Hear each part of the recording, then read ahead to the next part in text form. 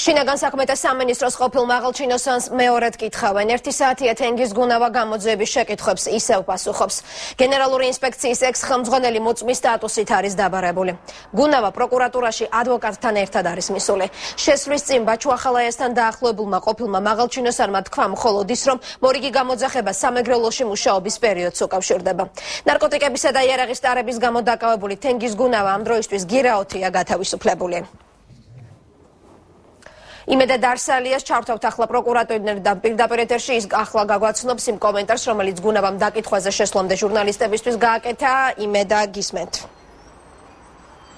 თანთა შინაგან საქმეთა სამინისტროს გენერალური ინსპექციის ყოფილი უფროსი თენგიზ გუნავა უკვე მეორე დაიბარეს დაკითხვაზე. ის საკუთარ ადვოკატთან ერთად იმყოფება მთავარი პროკურატურის შენობაში.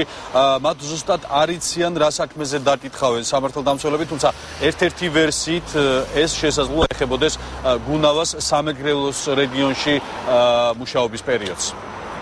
რასთან დაკავშირებით არის, ვერ გეტყვით უთხრეს რომ თქვენი ადრინდელი საქმიანობასთან დაკავშირებით. ან სამეგრელოს ეხება, ან გენერალურ ინსპექციაში მუშაობის პერიოდს. თენგიზ გუნავას ინტერესებს მე დავიცავ, გამოძახებული იქნა მოწმის სახით, ჩვენ ჯერჯერობით არ ვიცით თუ რასთან დაკავშირებით არის დაბარებული, ეს მხოლოდ მას შემდეგ გახდება ცნობილი, რაც სავალ და კონკრეტულ საქმეს დაკავშირებით კითხვებს დაუსვენ. მოწმის სახით არის დაბარებული და ველოდებით თუ რასთან დაკავშირებით დაგკითხავენ და შემდეგ რა გადაწყვეტილებას მიიღება. დანარჩენთან დაკავშირებით რო გამოვალთ, მე მოგახსენებთ. შედახსენებთ, რომ ცოტა ხნის წინ შინაგან საქმეთა სამინისტროს გენინსპექციის უფროსი თენგიზ გუნავა იარაღის უკანონო შეძენა შენახვა ტარებისა და ნარკოტიკის მოხმარების გამო დააკავეს. საქალაქო სასამართლომ კი მას აღკვეთი ღონისძიების სახით 10,000 ლარიანი გირაო შეუფარდა. მის შემდეგაც გუნავას განცხადებით მას სამართალდამცველები შეეცადნენ ის ნარკოტიკების ჩადებით დაეკავებინათ. ამ საქმეზე, როგორც მაყურებელმა იცის, აღძრულია სისხლის სამართლის საქმე, მიმდინარეობს ძიება.